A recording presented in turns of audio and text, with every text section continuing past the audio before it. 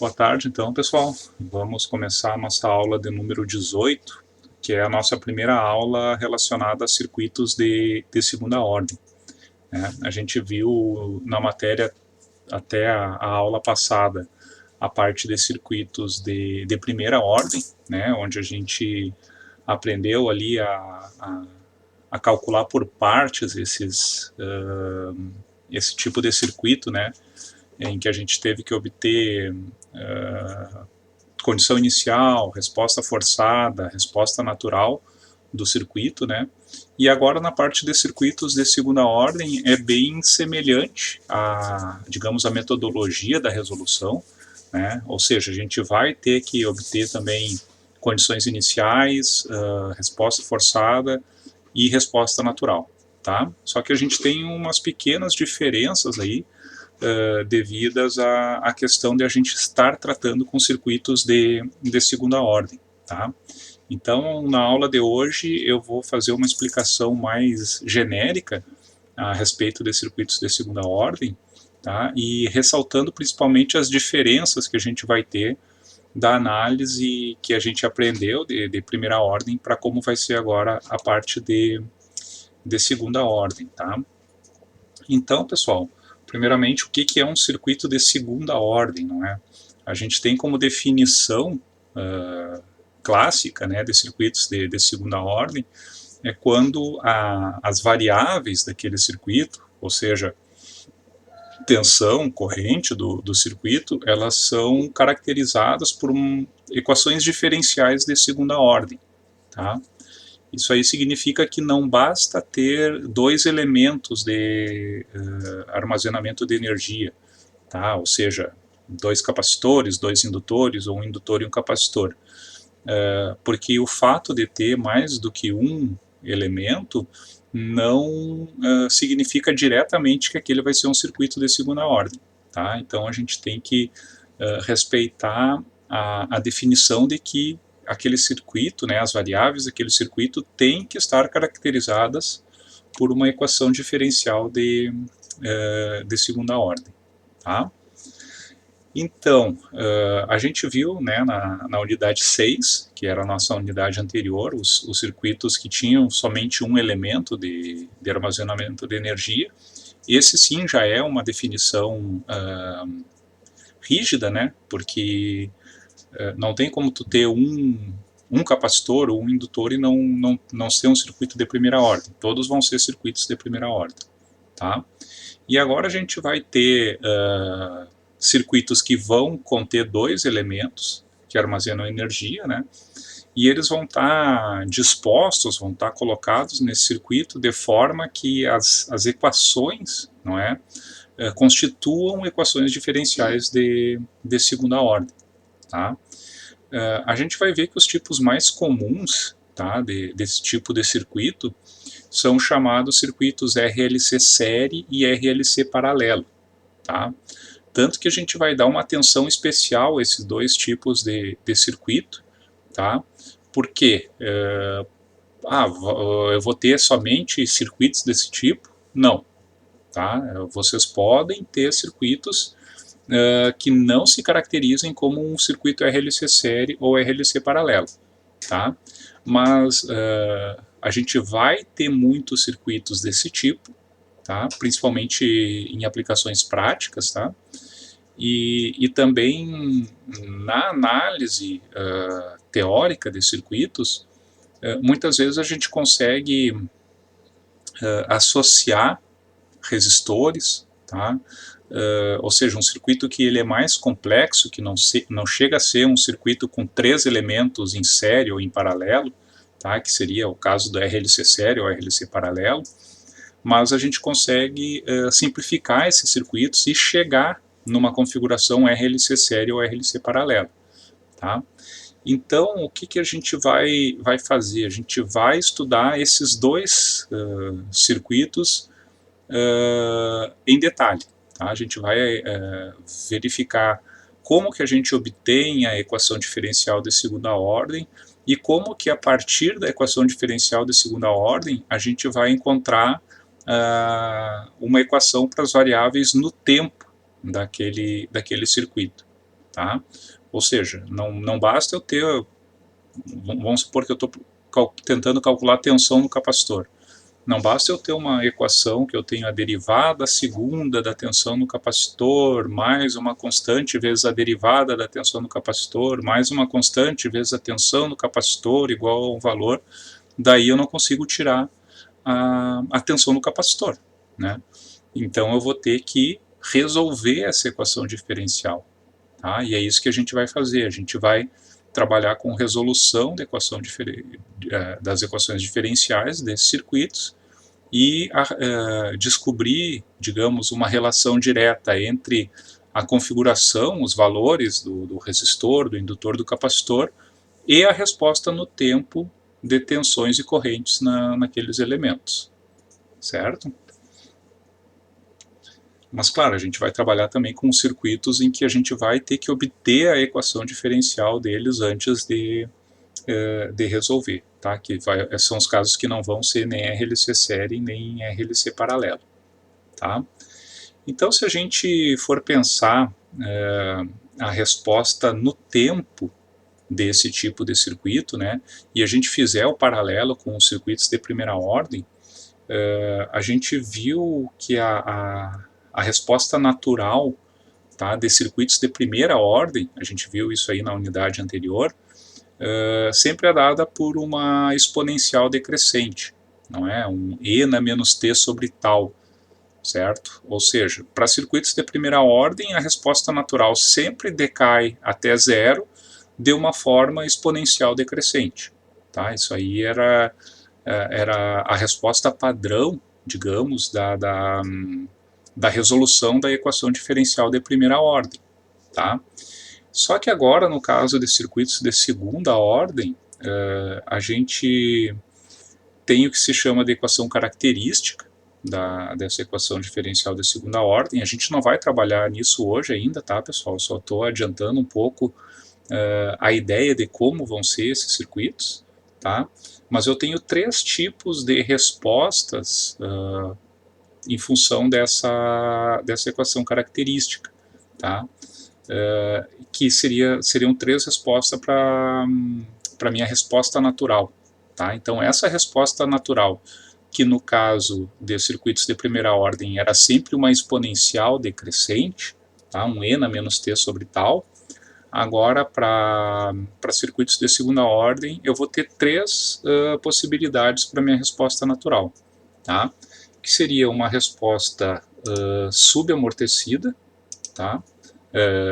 Vou começar aqui com a letra A superamortecida, tá? Que é esse caso aqui, em que eu tenho uma resposta bem parecida com um circuito de primeira ordem, tá? Ou seja, é uma exponencial decrescente. Tá? Só antes de eu continuar para as próximas, ressaltar que a resposta natural também dos circuitos de segunda ordem, ela tende a zero. Tá? A resposta natural ela vai estabilizar em zero. Tá? Isso aí vem da própria definição de resposta natural, tá? Que ela é a resposta do meu circuito em função das condições iniciais, quando eu desabilito todas as fontes independentes do meu circuito. Tá? Então eu tenho uma variação nessa resposta natural e ela vai decair até zero, sempre. Só que a diferença, né, dessas 3 respostas vai ser a maneira com que essa resposta natural vai decair a zero. Tá? A primeira, que é esse caso aqui, o caso superamortecido, ela decai de uma maneira exponencial decrescente, assim como uma resposta de primeira ordem. Tá? Eu tenho um segundo caso, que é o caso B aqui, que é o criticamente amortecido, em que eu tenho uma sobreoscilação e depois um decaimento até zero dessa resposta, tá? E eu vou ter um tipo de resposta que se chama subamortecida, tá? No caso subamortecido, eu vou ter uma oscilação da minha resposta natural, né? Ou seja, ela variando aqui entre valores positivos e negativos, tá? E até o ponto em que ela decai até zero, certo? Então, essa aqui é a primeira diferença, né, que a gente tem ali entre circuitos de primeira ordem e circuitos de segunda ordem. tá? Ou seja, primeira ordem, eu sempre vou ter a minha resposta natural, uma exponencial decrescente, tá? E no caso de circuitos de segunda ordem, eu posso ter um desses três tipos de resposta, tá? Uma resposta superamortecida, criticamente amortecida ou subamortecida, em função das equações, da equação característica daquela função de segunda ordem, tá? Daquela equação diferencial de segunda ordem. Bom, quando a gente pensar na resposta completa desses circuitos, tá? Lembrando que a resposta completa é aquela equação que caracteriza a variável para qualquer instante de tempo, né? Ou seja, um VC dt ou um IL dt, certo? Uma equação que define que eu posso substituir qualquer valor de t naquela equação e eu vou obter o valor daquela variável naquele instante de tempo, tá? Que é justamente o nosso objetivo, né, quando a gente analisa um circuito, é obter essa resposta completa, tá? E a composição dessa resposta completa, ela é a mesma que a gente viu no caso de circuitos de primeira ordem, tá? Em que eu vou ter que obter três informações, né? Vocês devem estar lembrados lá de circuitos de primeira ordem, quando a gente aprendeu o método da constante de tempo, né? Eu precisava saber a condição inicial, né? A resposta forçada e a constante de tempo, né? Para eu achar o tal do circuito, que é justamente o que me dá a resposta natural daquele circuito. Tá? Então eu precisava da condição inicial, da resposta natural e da resposta forçada para montar a minha resposta completa. Tá? No caso de circuitos de segunda ordem, é a mesma coisa. Tá? Ou seja, eu vou precisar obter condições iniciais, vou precisar da resposta natural e vou precisar da resposta forçada. Tá? Só que eu vou ter aqui algumas diferenças, tá? Bem significativas, no caso de primeira ordem para segunda ordem. Tá? Por exemplo, a resposta natural, a gente acabou de ver que eu tenho três tipos de respostas naturais.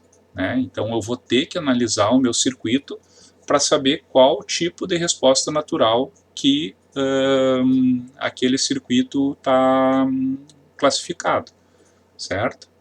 Então, a gente viu que essa resposta natural, ela é obtida através das raízes da equação característica. Isso aí a gente vai ver na próxima aula, tá, pessoal? O que é a equação característica e como que essas raízes influenciam nessa resposta natural.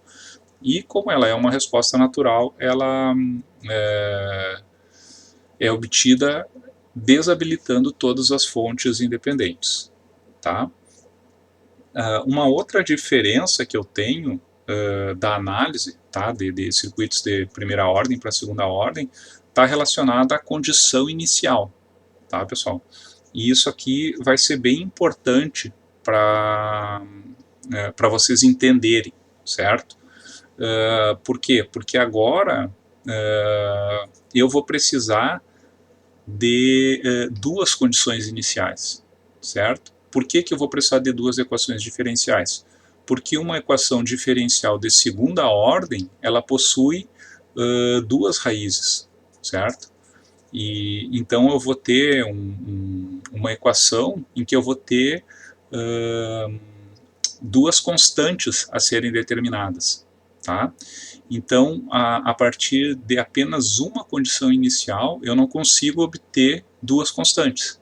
Então, eu preciso de duas equações diferenciais, duas condições iniciais, para eu conseguir gerar um sistema em que eu vou obter duas constantes. Tá? E que condições iniciais são essas, pessoal? Aqui eu coloquei como sendo o x de zero. Tá? O x de zero é aquela mesma que a gente viu para circuitos de primeira ordem. Tá? O x representa a variável de interesse, ou seja, a tensão no capacitor ou corrente no indutor. Tá? E a derivada do x de zero, tá? Que é o que eu chamo da derivada da condição inicial. Tá? Então essa aqui é a principal diferença, porque isso aqui eu não tinha lá no caso de circuitos de primeira ordem. Mas agora para eu obter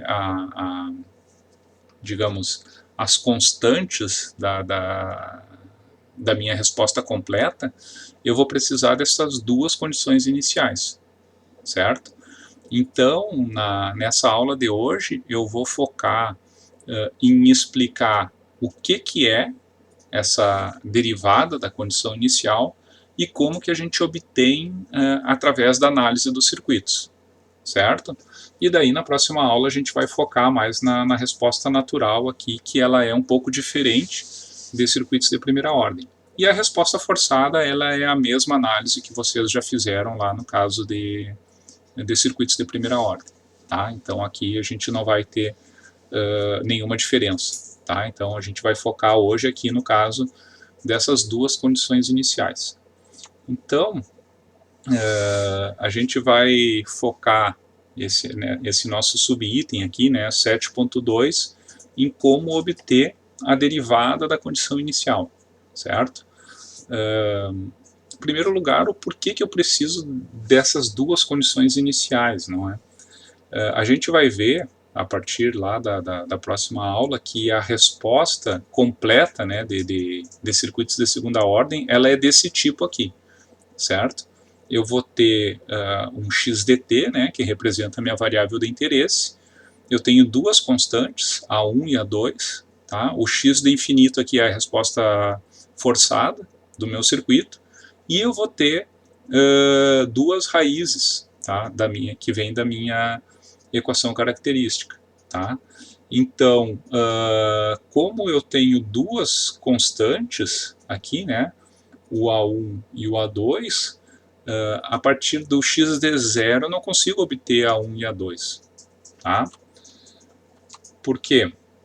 Porque se eu aplicar, não é, o x de 0, tá? O t vai ser igual a 0 ali onde tinha a exponencial, né, no A1 e no A2. Então eu tenho aqui a minha condição inicial. Tá? Vamos pensar aqui numa tensão no capacitor. Tá? Minha condição inicial do meu capacitor é 10 volts, certo? A resposta forçada é 20 volts, certo? Então eu vou chegar numa equação que vai ser A1 mais A2 igual a menos 10.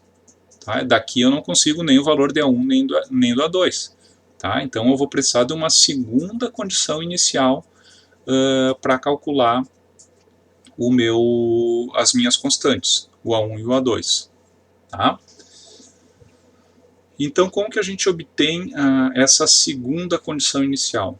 Tá? A gente falou que a gente vai obter a derivada da condição inicial.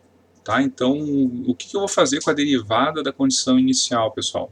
Eu vou pegar essa resposta completa aqui, tá?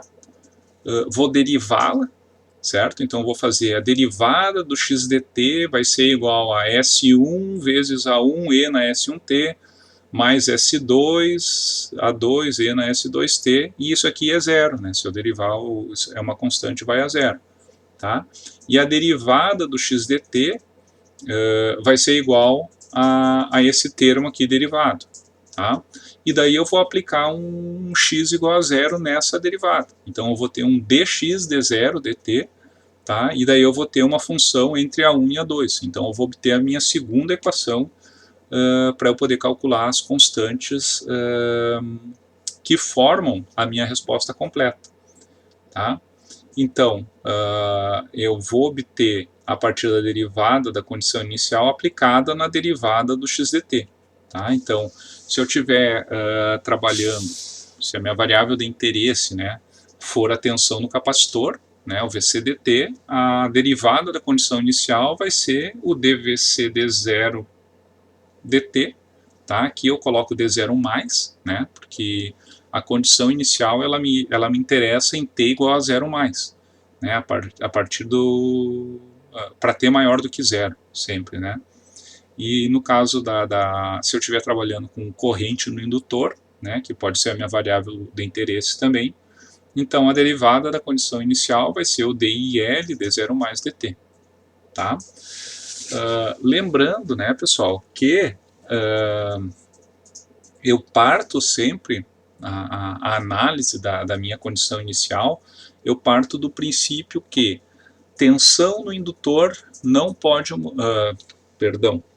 tensão no capacitor não pode mudar instantaneamente, tá? E corrente no indutor não pode mudar instantaneamente, tá? Então o meu ponto de partida é que em T menor do que zero, tá? Eu calculo a condição inicial VC de zero, né? VC zero menos, e o IL de zero menos, tá? E eu sei que a tensão no capacitor não vai mudar instantaneamente, de zero menos para zero mais, e a corrente no indutor não vai mudar instantaneamente de zero menos para zero mais. Tá? Então eu já sei, né, que o meu x de zero aqui, que é o que eu preciso para obter essa primeira equação, não é? Ele vai ser o mesmo valor ali em zero menos, né, que eu usei para a tensão no capacitor, se a minha variável de interesse for a tensão do capacitor, ou para a corrente no indutor, se aqui o meu x for a corrente no indutor. Tá? O que muda, pessoal, é a derivada da condição inicial. Tá?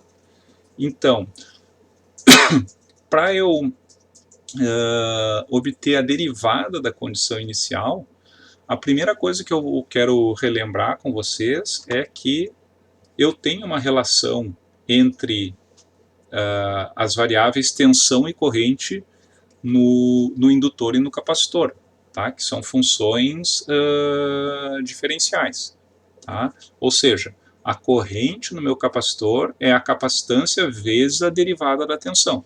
Tá? Isso aqui vocês devem estar lembrados, foi quando a gente viu a parte a definição de indutor e de capacitor. Tá? Assim como a tensão no indutor é L vezes a derivada da corrente. Tá? Então, se eu pegar essas equações aqui, pessoal, substituir t igual a zero mais, né, e isolar as derivadas, tá? Aqui eu obtenho a derivada da condição inicial da tensão no capacitor e a derivada da condição inicial da corrente no indutor, certo? Lembrando que eu posso estar trabalhando com uma ou outra, ou com as duas, né? Depende do que está sendo pedido no exercício de vocês. Mas geralmente a gente trabalha ou equaciona só a tensão no capacitor ou só a corrente no indutor. Tá? Então daí eu precisaria só de uma dessas equações aqui. Mas eu posso estar usando as duas em um mesmo exercício. Tá? Então isso aqui é muito importante, tá, pessoal? Porque, olha só, a derivada da condição inicial da tensão no capacitor é a corrente no capacitor em zero mais dividido pela capacitância. Tá? Assim como a derivada da condição inicial da corrente no indutor é a tensão no indutor dividido pela indutância. Só que agora tem uma questão muito importante aqui. Tá?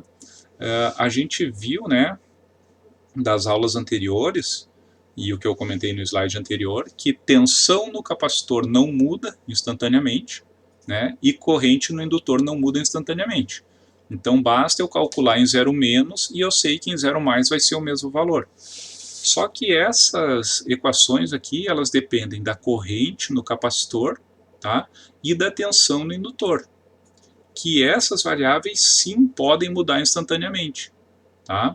Porque eu posso ter uma corrente no capacitor diferente de zero menos para zero mais, tá? Eu posso ter uma mudança instantânea de corrente no capacitor, assim como eu posso ter uma mudança instantânea de tensão no indutor, tá? Porque se não houvesse, né, pessoal, vocês devem estar lembrados que o capacitor, como ele é um circuito aberto quando está estável, e o indutor um curto-circuito, significa que em zero menos, a corrente no capacitor sempre vai ser zero, tá? E a tensão no indutor sempre vai ser zero, certo?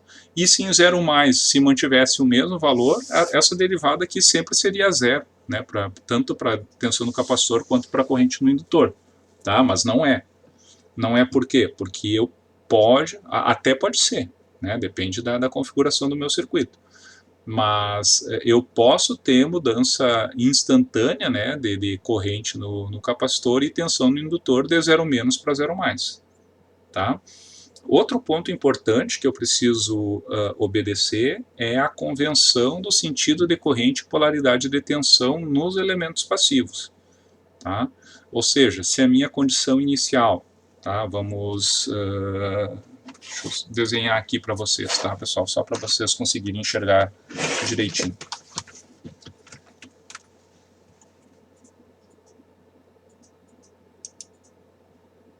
Vou ver aqui a caneta. Vamos supor aqui, ó, que eu tenho um capacitor, certo? E esse capacitor eu estou trabalhando com a polaridade da tensão dele assim, certo? Então, a minha corrente no capacitor tem que estar entrando pelo terminal positivo de tensão, tá?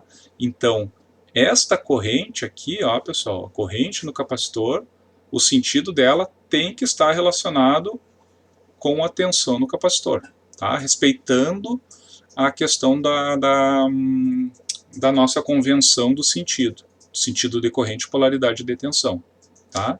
Da mesma forma aqui, né, no caso do indutor, se eu estou considerando a corrente no indutor nesse sentido, né, por exemplo aqui, né, para o meu IL dt, meu IL 0 aqui no caso, né, a tensão no indutor tem que ter essa polaridade aqui, certo? Então a corrente sempre vai entrar pelo terminal positivo da tensão, certo?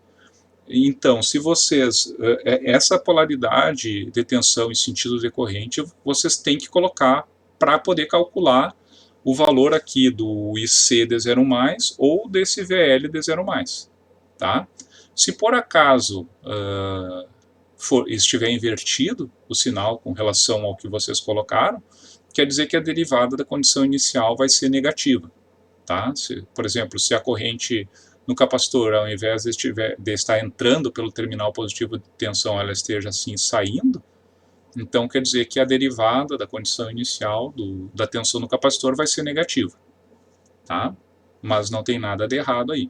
Mas a gente precisa respeitar essa convenção para poder calcular corretamente os valores da corrente no capacitor ou da tensão no indutor para obter a derivada da condição inicial, certo? Então, pessoal, eu coloquei aqui um procedimento, tá? Eu gosto de trabalhar em função de procedimentos, né? Em que eu coloco aqui um passo a passo, né? Para vocês analisarem os circuitos e obterem esses valores que precisam ser calculados, tá? Só reforçando aqui que a gente está com foco agora nas condições iniciais, tá? Na condição inicial, seja da tensão no capacitor ou da corrente no indutor, e da derivada da condição inicial, certo? Então, qual é o passo a passo que a gente tem que fazer para analisar esses circuitos? Primeiro, então, eu vou ter que obter as condições iniciais do meu circuito, tá? Tanto da tensão no capacitor quanto da corrente no indutor, tá? Depende dos dois elementos que vocês tiverem no circuito, tá, pessoal? Porque vocês podem ter circuitos com 2 capacitores ou com 2 indutores, tá? Mas sempre obter as duas condições iniciais, tá? Se for de 2 capacitores, as duas tensão em 0-, né? Se forem 2 indutores, as duas correntes em 0-. Tá? Mas geralmente a gente vai trabalhar com um circuito com um indutor e um capacitor. Então por isso que eu coloco aqui as condições iniciais da tensão no capacitor e da corrente no indutor. Tá? E mesmo que num circuito estiver sendo pedido para vocês a resposta completa apenas da tensão no capacitor, por exemplo, vocês vão ter que obter a condição inicial da corrente no indutor. Tá? Por que vão ter que obter, pessoal? Porque ela vai ser um dos referenciais para vocês obterem a derivada da condição inicial da tensão no capacitor. Tá? Então sempre vai ter que ser obtido as duas condições iniciais do circuito. Tá?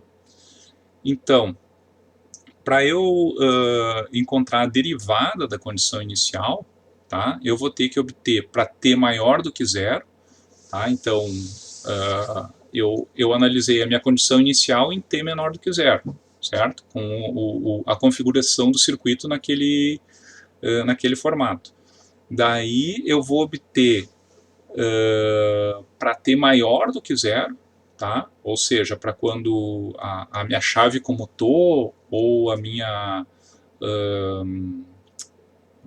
as minhas funções singulares que eu tenho no meu circuito comutam de 0 para 1 ou de 1 para 0, né? Lembram da função degrau UDT, né? O U de menos T. E daí eu vou obter a corrente no capacitor e a tensão no indutor. E ou, não é? Tanto faz. Mas eu vou ter em mente que a tensão no capacitor não vai mudar instantaneamente.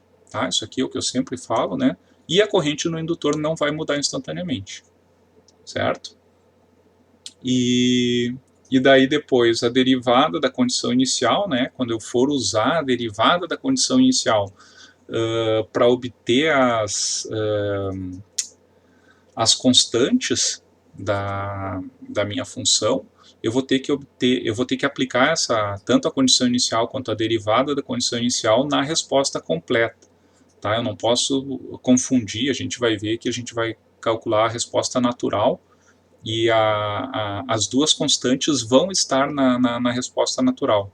Tá? Eu vou ter o A1 e o A2 sempre na resposta natural do meu circuito. Mas eu vou ter que aplicar, não é? Colocar os valores ali que eu encontrei para o x de 0 e o dx de 0 na equação da resposta completa. Tá, pessoal? Mas a gente depois vai ver um procedimento de como fazer isso daí. Tá? Então, eu vou pegar aqui alguns exemplos de aplicação, tá, pessoal, em como que eu vou obter digamos, essas informações aí em circuitos de segunda ordem reais. Tá? Então, vou pegar aqui um primeiro exemplo para a gente trabalhar, tá? E vamos colocar ali no nosso quadro. Tá?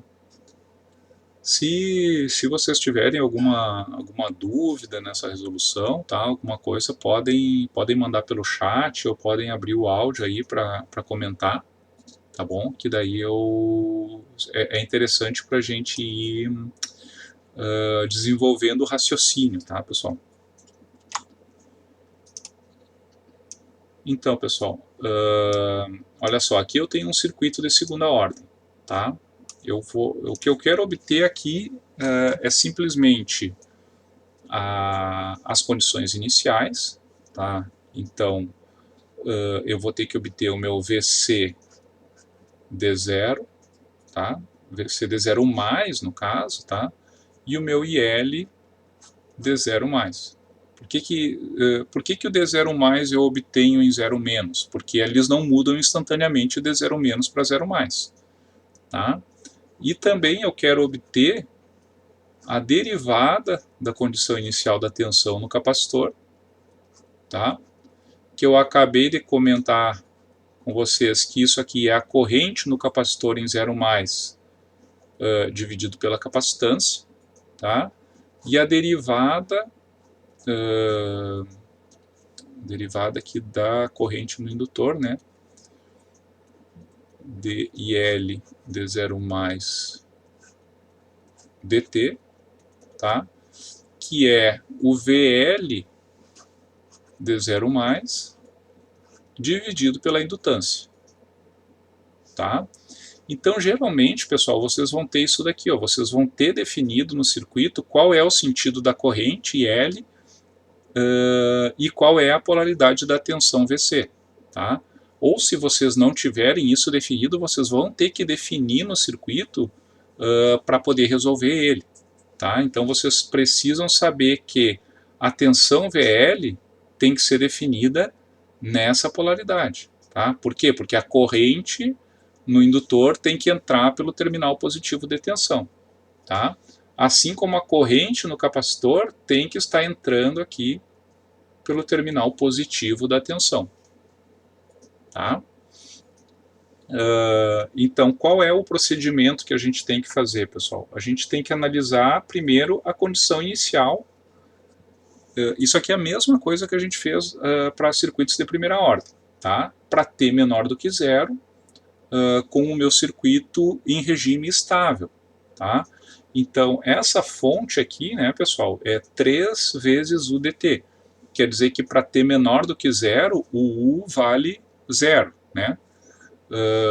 Logo, essa fonte decorrente ela é zero e uma fonte decorrente de 0 amperes é um circuito aberto. Tá? Então, ela sai fora ali do meu circuito e eu fico aqui com duas resistências em série, não é? Eu vou colocar aqui já o equivalente delas, tá? De 6 ohms. O meu capacitor, pessoal, ele é um circuito aberto, certo?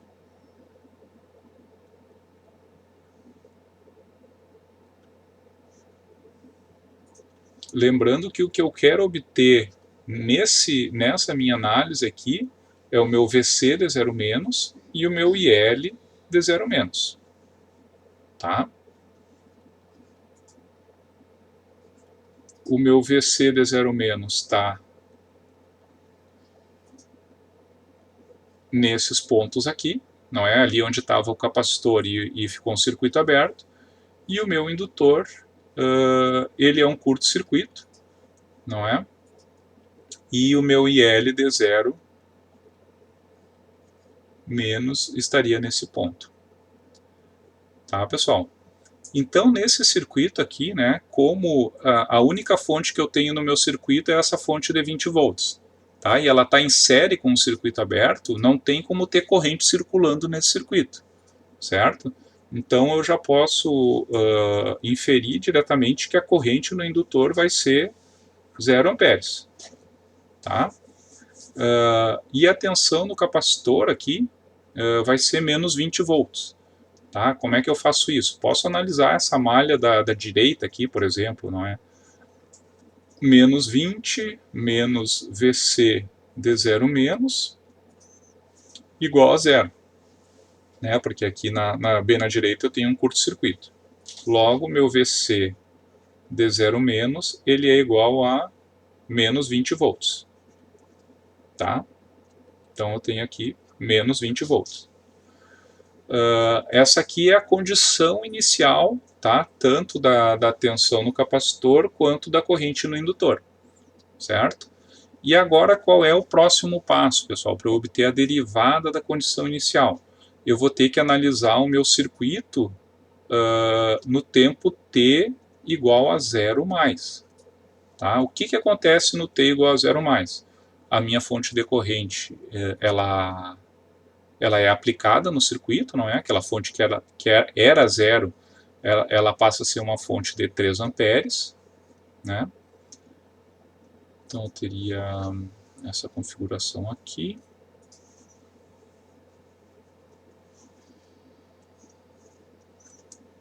Ali com 2 ohms, aqui 4 ohms. E agora o meu capacitor deixa de ser um circuito aberto, tá, pessoal? Ele volta aqui para o circuito, tá? Porque ele era um circuito aberto quando ele está em regime estável, né? Só que aqui em t igual a 0 menos, eu tenho uma tensão nesse capacitor, VC, em t igual a 0 mais, eu tenho uma tensão VC de 0 mais, não é? Lembrando que VC de 0 mais é igual ao VC de 0 menos, tá? Tensão no capacitor não muda instantaneamente de 0 menos para 0 mais. Assim como meu IL de 0 mais é igual ao meu IL de 0 menos. Tá? Então eu sei que eu tenho aqui uma tensão nesse ponto que ela é igual a menos 20 volts. Tá? Isso aqui não muda instantaneamente de 0 menos para 0 mais. Tá? E eu passo aqui a ter o meu indutor, né?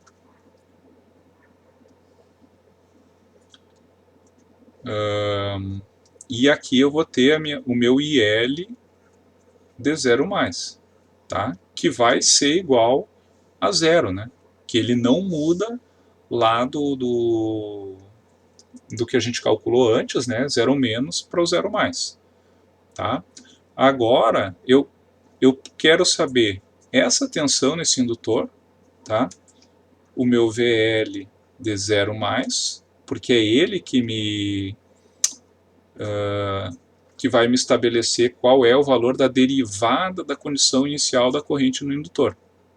Tá? Esse aqui seria o VL de 0 mais, e aqui teria o meu IC de 0 mais.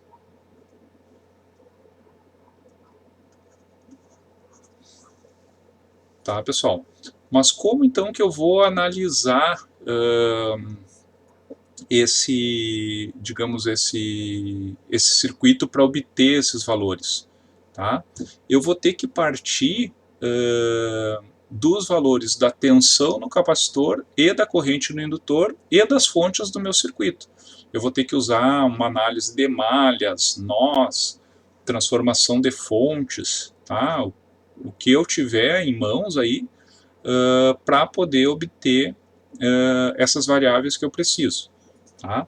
Por exemplo, se eu analisar essa malha aqui da direita, olha só, eu vou ter menos 20 volts, né, que é o valor da fonte, né, menos o VC de 0 menos, né, mais o meu VL, digamos aqui é VC de 0 mais, né, porque eu estou trabalhando em 0 mais o VL de 0 mais, isso aqui igual a zero. Tá? Então eu tenho menos 20 menos menos 20. Então eu tenho mais 20 mais VL de 0 mais igual a zero. Tá? Daqui eu tiro que o meu VL de 0 mais ele é igual a zero. Tá? E tendo esse valor aqui da tensão no indutor para o meu tempo 0 mais, eu consigo obter a derivada da corrente no indutor, no tempo 0 mais. Tá? Como? A derivada do IL de 0 mais dt vai ser igual ao meu VL de 0 mais sobre L. Tá? Que no caso aqui, como o VL de 0 mais é zero, eu vou ter zero. Tá? Zero o que, pessoal? Qual é a unidade dessa derivada da condição inicial?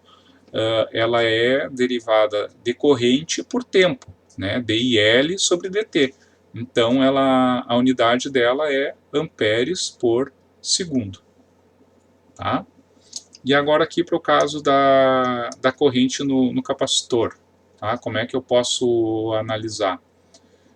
Eu acho que a melhor maneira de analisar é fazendo uma transformação de fontes dessa fonte de corrente em paralelo com um resistor. Eu posso transformar isso aqui numa fonte de 6 volts. Tá? Daí transforma o resistor D2 fica em série com o D4, né? Então fica um resistor aqui de 6 ohms. E daí o restante do circuito é igual. Tá?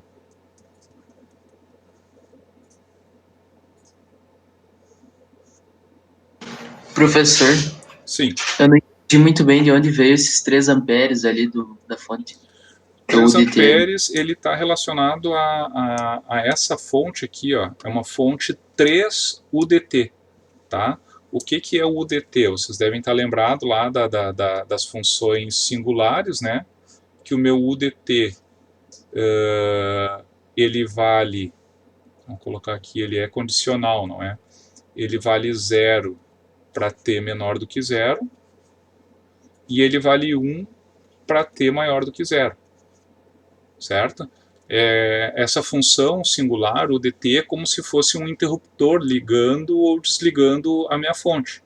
Tá? Então quer dizer que para t menor do que 0, a minha fonte de corrente vale 0, né? Porque é 3 vezes 0. Para t maior do que 0, eu tenho 3 vezes 1, daí fica 3 amperes. Conseguiu entender? Beleza, sim, obrigado. Certo. Bom, então voltando aqui, né?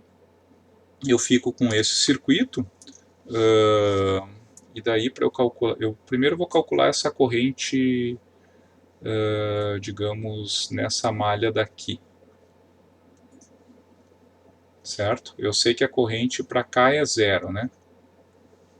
O meu indutor é zero, então eu só teria uma corrente circulando nessa malha da esquerda. Então eu fico aqui com menos 6 mais 6 vezes I, né? Daí eu tenho aqui mais menos, aqui é o VC de 0 mais, né? E essa aqui vale 20 volts.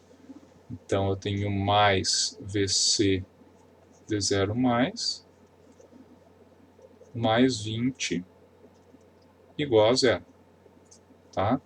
Então VC de 0 mais é menos 20, né? Corta com mais 20 aqui, e eu tenho então I igual a 1 ampere, certo? Então quer dizer que eu tenho uma corrente, pessoal, aqui ó, de 1 ampere,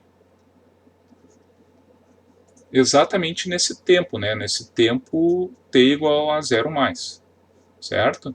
Então se eu tenho 1 ampere para cá, eu sei que eu tenho 0 amperes para cá, né? Porque o meu indutor não muda a corrente instantaneamente. Eu posso aplicar a lei das correntes nesse nó aqui, né? Sabendo que o meu IC de 0 mais está nesse ponto aqui. Tá? Então eu tenho 1 ampere entrando no nó, que é igual à soma das correntes que está saindo, que é 0 mais o IC de 0 mais. Certo? Então, daqui eu tiro que a corrente no meu capacitor em 0 mais é igual a 1 ampere. Tá? E agora eu consigo encontrar a derivada da condição inicial da tensão no capacitor, certo? Que é a corrente em 0 mais dividido pela capacitância, tá? Que vai ser igual então a 1 dividido por, deixa eu só ver aqui qual é o valor desse capacitor, é 1/2, né? 1 dividido por 1/2. Tá? Então, a derivada da condição inicial da tensão no capacitor é de 2 volts por segundo. Tá, pessoal? Então, isso aqui é justamente, digamos, os passos que vão ter que ser feitos para vocês obterem a condição inicial, tá, que eu obtenho para T menor do que zero, com os meus elementos em regime estável, tá, ou seja, capacitor um circuito aberto, indutor um curto-circuito, tá, e a análise é feita da mesma maneira lá que vocês fizeram para os circuitos de primeira ordem. E depois eu tenho essa análise aqui um pouquinho mais complexa, né, em T igual a 0 mais. Ela é complexa porque vocês têm que enxergar que em 0 mais a tensão do capacitor não muda instantaneamente e a corrente no indutor não muda instantaneamente. Tá? Então, nesse caso aqui, eu vou obter a tensão no indutor em 0 mais para poder encontrar a derivada da condição inicial da corrente no indutor, ou então eu vou ter que obter a corrente no capacitor em 0 mais para poder obter a derivada da condição inicial da tensão. Tá? Então tudo isso está relacionado com o que a gente viu aqui nos slides, não é?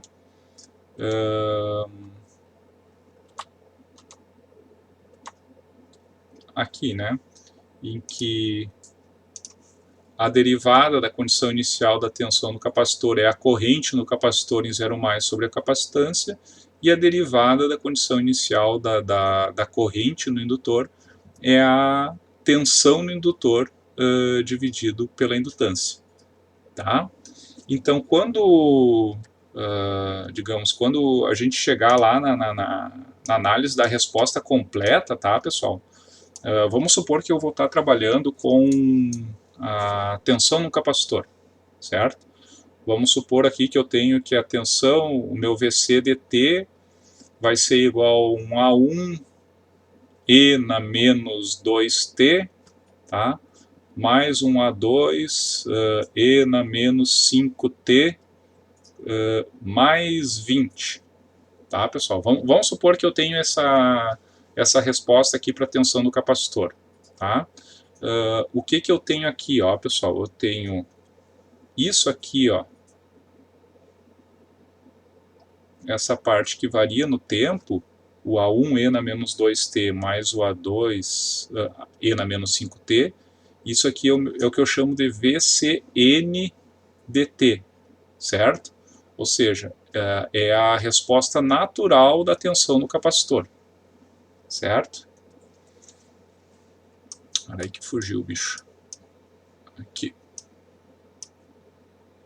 Vamos pegar aqui adiantar um pouquinho aqui a análise para vocês conseguirem entender melhor.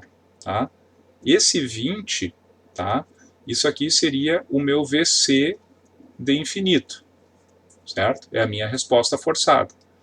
Tá? Então, quando vocês chegarem lá no ponto final do exercício de vocês vão chegar nesse ponto aqui, tá? Em que eu vou ter uma equação que vai dar a resposta completa da tensão no meu capacitor.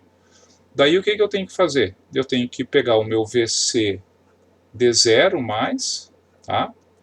Que para esse circuito que a gente viu aqui, ele valia... deixa eu ver onde é que está. C de zero mais, menos 20 volts. Tá? Então, ele vale menos 20. E eu vou ter que substituir T igual a zero no meu VCN dt. Tá? Então, isso aqui vai ficar A1 vezes 1, né? Porque E na menos 2T fica 1, mais A2, tá? Mais 20. Então, daqui eu vou tirar uma primeira equação, né, que seria A1 mais A2, igual a menos 40. Certo? Agora eu vou precisar derivar o meu VC-dt, né? dVC-dt vai ficar menos 2 vezes A1 e na menos 2t, né? Menos 5A2 e na menos 5t, mais zero, né? Porque quando eu derivo ali uma constante, ela fica igual a zero. Agora eu faço a mesma coisa, eu substituo na derivada da condição inicial, dVc mais dt. Tá? A gente viu que a derivada da condição inicial aqui, ó, era o IC de 0 mais sobre C, que ficou igual a 2 volts por segundo. Então isso aqui é igual a 2, que vai ser igual a essa função aqui de cima, quando eu substituo t igual a 0. Então fica menos 2A1 menos 5A2. Isso aqui é um A2, né? Então daqui, né, pessoal, eu tenho aqui a minha segunda função, menos 2A1 menos 5A2 ficaria igual a 2. Tá? Então esse aqui é o sistema que eu vou chegar para encontrar as minhas constantes, né, A1 e A2. Tá? Por isso que eu preciso da condição inicial e da derivada da condição inicial, que é para poder chegar lá no final do meu exercício, né? No final do meu exercício eu vou ter aqui a resposta completa, né? Essa aqui é a resposta completa. E vai ficar faltando só as constantes A1 e A2, tá? E as constantes A1 e A2 vocês vão obter a partir da condição inicial e da derivada da condição inicial. Tá, pessoal? Então, esse é o procedimento que a gente tem para obter essas duas condições iniciais, não é? E depois basta a gente saber calcular a resposta natural, tá? Que a gente vai focar depois em obter essas raízes aqui, não é? Que podem ser de 3 tipos, para então obter a resposta completa da minha variável de interesse. Tá, pessoal? Então espero aí que tenham entendido tudo. Qualquer dúvida aí é só perguntar.